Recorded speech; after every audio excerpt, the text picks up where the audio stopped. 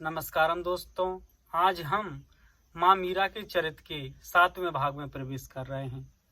एक दिन माँ मीरा के मन में विचार आता है कि शास्त्र और संत कहते हैं कि गुरु के बिना ज्ञान नहीं होता और अभी तक मुझे किसी गुरु से गुरु दीक्षा नहीं मिली है। इस शंका के समाधान के लिए वे दूधाजी के पास, अपने दादाजी के पास जाती हैं। उनके दादाजी कुंवर जयमल के साथ में शस्त्र विषयक बातचीत कर रहे थे। मीरा जी चुपचाप जाकर खड़ी हो जाती हैं और जब मीरा जी देखती हैं कि इनकी बातचीत का कोई अंत दिखाई नहीं दे रहा है तो मीरा जी बीच में ही बोल पड़ती हैं। दूधाजी, आपकी बातचीत बहुत लंबी है। मैं छोटी सी एक बात लेकर आपके पास आई हूँ।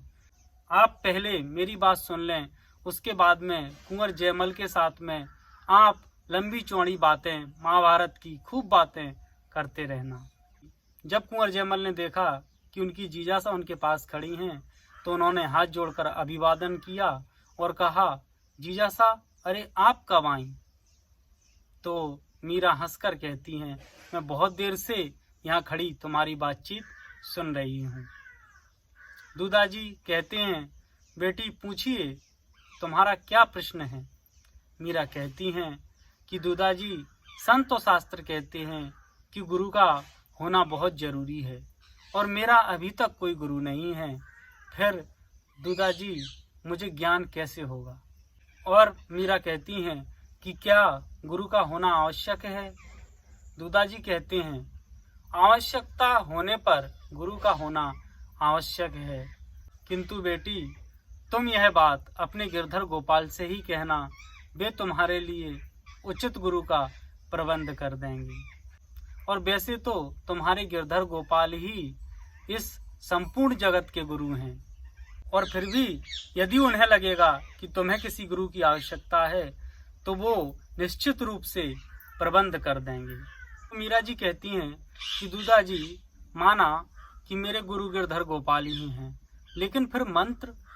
दूधाजी हंसते हैं और कहते हैं कि बेटी, भगवान का प्रत्येक नाम मंत्र ही तो है और भगवान का नाम भगवान से भी अधिक शक्तिशाली है, ऐसा संत और शास्त्र कहते हैं। मीरा जी दूधाजी से मिलकर श्याम कुंज लौट आती हैं और गिरधर गोपाल के सामने भजन गाने लगती हैं।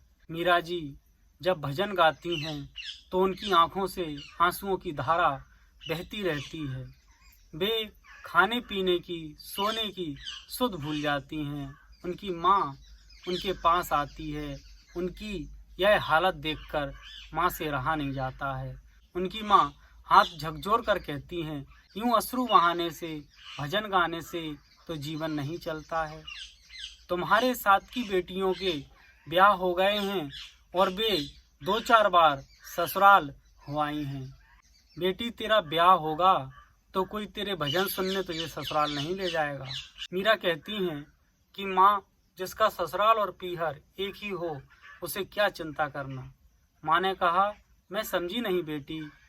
मीरा ने कहा कि मेरा श्याम कुंज ससुराल है और ये महल पीहर है, इसलिए जिसका पीहर और मायका एक ही हो उसे कहाँ जाना और कहाँ आना। माँ यह बात सुनकर चिढ़ जाती हैं और गुस्से में कहती हैं, मुझे भगवान ने एक ही बेटी दी, वो भी आधी पागल। कुछ तो दुनियादारी की भाषा सीख ले बेटी। बड़े बड़े घरों में तेरे संबंध की चर्चा चल रही है। रनवास में सब कहते हैं कि मीरा की माँ मीरा को समझाती नहीं है, सब मुझे ही कोसते हैं, लेकिन जब मैं तुझे समझाती हूँ तो तू उल्टा मुझे ही समझाती है। इन लोगों को कौन समझाए कि इस पागल बेटी को कौन समझा सकता है। ससुराल जाकर सास नंद का मान रखना पड़ता है, पति की परमेश्वर समझकर सेवा करनी पड़ती है। मीरा कहती हैं, माँ, मैं यही तो तुम्हें समझाने की कोशिश कर रही हूँ कि मेरा वर गिरधर गोपाल हैं और मैं अपने वर की, अपने पति की परमेश्वर की तरह ही सेवा करने में व्यस्त रहती हूँ।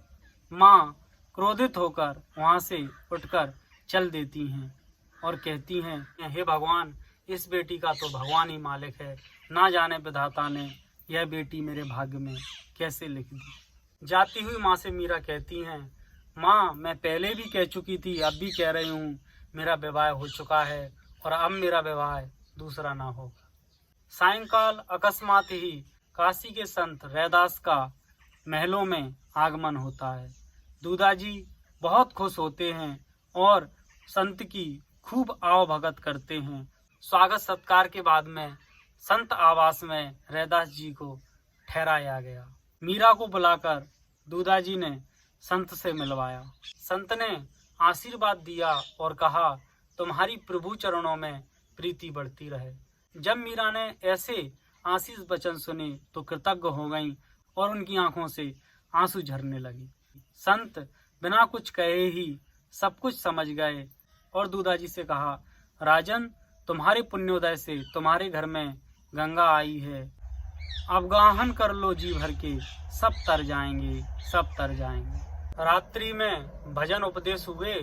अगले दिन दूधाजी के कहने पर मीरा ने रैदास जी को भजन सुनाए। मीरा की पद रचना संगीत ज्ञान से रैदास जी बहुत प्रसन्न हुए और पूछा कि बेटी तुम्हारा गुरु कौन है। मीरा ने कहा, मैंने भगवान से प्रार्थना की थी कि मेरे गुरु को मेरे पास भेजिए और मेरे मन में संकेत आया कि गुरु पूर्णिमा के दिन जो भी संत तुम्हारे पास आएंगे वही तुम्हारे गुरु होंगे। और आज गुरु पूर्णिमा है और आप आए हैं, इसलिए मुझ अज्ञानी को अपने चरणों में स्थान दीजिए, आप मुझे शिष्या रूप में स्वीकार कीजिए। और मीरा की आंखों से आंसू बहने लगे। संत रैदास ने कहा, बेटी तुम्हें और कुछ कहने की जरूरत नहीं है, और वे एक गहन मौन में चले गए।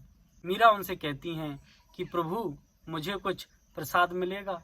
संत रैदास ने अपने गले की जपमाला और एक तारा दोनों मीरा के हाथों पर रख दिए। मीरा ने माला अपने गले में धारण कर ली और एक तारा बजाने लगी। और इस तरह प्रभु प्रेरणा से मीरा की गुरु दीक्षा संपन्न होती है और 2 दिन रुककर संत रैदास मेड़ता से प्रस्थान करते हैं।